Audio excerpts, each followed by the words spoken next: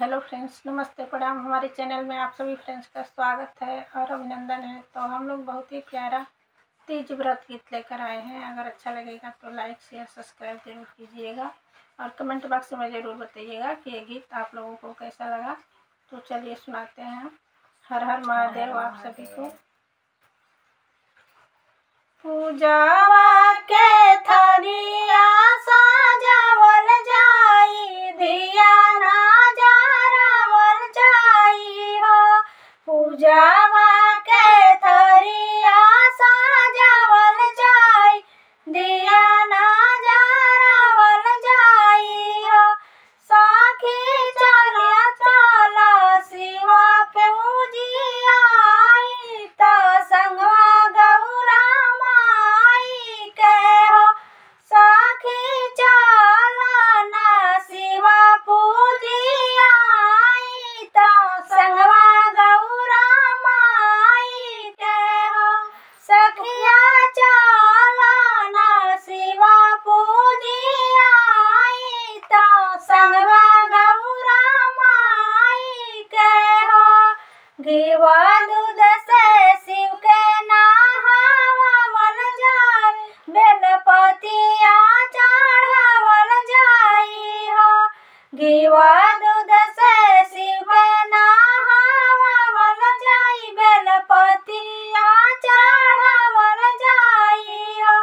साखी शिवा माथे चंदन लगावल जाई, कर जोड़ी मानवल जाई हो।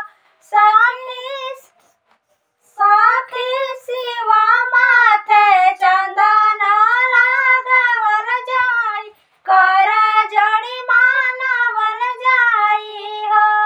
साखी शिवा माथे चंदन लगावल जाई, कर जोड़ी मानवल जाई हो।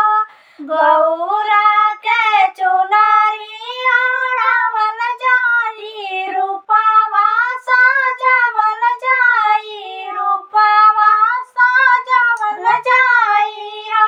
गौरा के चुनरी ओढ़ावल जाई, रूपवा सजावल जाई, रूपवा सजावल जाई हो।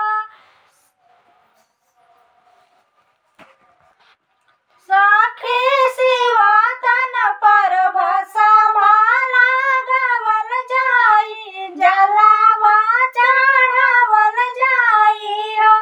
साखी शिवा तन पर भस्म लगावल जाई, जलावा चढ़ावल जाई हो। बड़ी बारादने है भवानी मैया, सुख सौभाग्य दी है, सुख सौभाग्य दी है हो। ए साखी अमर करी है गोदा के लालनावा, ताया टला सुहाग दी है हो।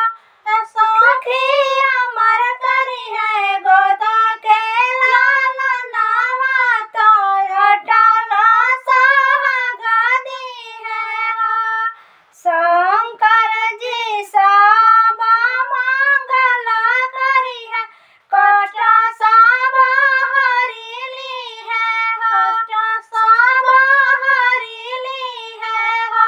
भोला जी सब मंगल करी है, कष्ट सब हरिली है, कष्ट सब हरिली है हो।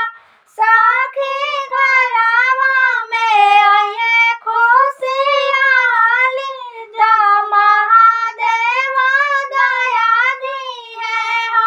साखी घरवा में आये खुशहाली, ता महादेव दया दी है हो। हर हर महादेव आप सभी को।